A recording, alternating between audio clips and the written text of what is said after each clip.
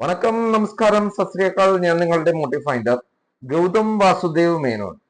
എല്ലാവർക്കും അറിയാം, വിണ്ണை താണ്ടി വരുവായ സിനിമയുടെ ഡയറക്ടറാണ്. ഒന്നുകൂടി വ്യക്തമായിട്ട് പറഞ്ഞു കഴിഞ്ഞാൽ നമ്മുടെ സൂര്യയുടെ ഏറ്റവും ഹിറ്റായ കാക്കാക്ക മൂവി, ഉയിരിന്നുയിരേ ഉയിരിന്നുയിരേ, ഈ പാട്ടൊക്കെ ഉള്ള മൂവി മനസ്സിലാവാൻ വേണ്ടി പാടിയെന്ന് വിളിച്ച മറ്റു പാട്ടുകാരനൊന്നുമല്ല. സോ പുള്ളി ഒരു മലയാളിയാണ്, ഒറ്റപ്പാലംകാരനാണ്.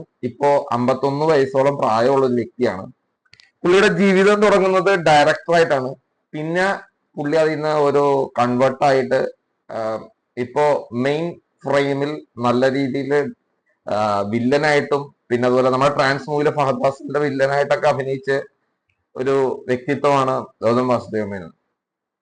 വേറൊന്നുമല്ല, പുള്ളിയുടെ അവതരണ ശൈലിയും പുള്ളിയുടെ ഒരു തന്റേതായ വ്യക്തിത്വം വളർത്താൻ വേണ്ടി ഒരു പുള്ളിയുടേതായ ഡയലോഗ് ഉണ്ട്. ആ ഡയലോഗുകളെല്ലാം പുള്ളി വളരെ വ്യക്തമായി പുള്ളിയുടെ സിനിമകളിലും പുള്ളിയുടെ ആക്ടിങ്ങിലും പ്രതിഫലിക്കുന്നു എന്നുള്ളതാണ്. മലയാളി ആയതിൽ നമുക്ക് അഭിമാനിക്കാം. ഒരുപാട് തമിഴ് മൂവീസ് ചെയ്തിട്ടുണ്ട്. മലയാളി ആയതുകൊണ്ട് മലയാളത്തിൽ ചെയ്തിട്ടുണ്ട്. ട്രാൻസ് മൂവിയാണ് ചെയ്തേക്കുന്നത്. പിന്നെ 2-3 ചെറിയ ചെറിയ വേഷം ചെയ്തിട്ടുണ്ട്. ആസ് എ ഡയറക്ടർ പുള്ളി ഒരു ഹിറ്റ് മേക്കർ ആണ്. മിന്നലെ എന്ന് പറഞ്ഞ മൂവിയോടാണ് പുള്ളി ഇൻട്രൊഡ്യൂസ് ആവുന്നത്. മാധവൻ അഭിനയിച്ച മൂവിയാണ്.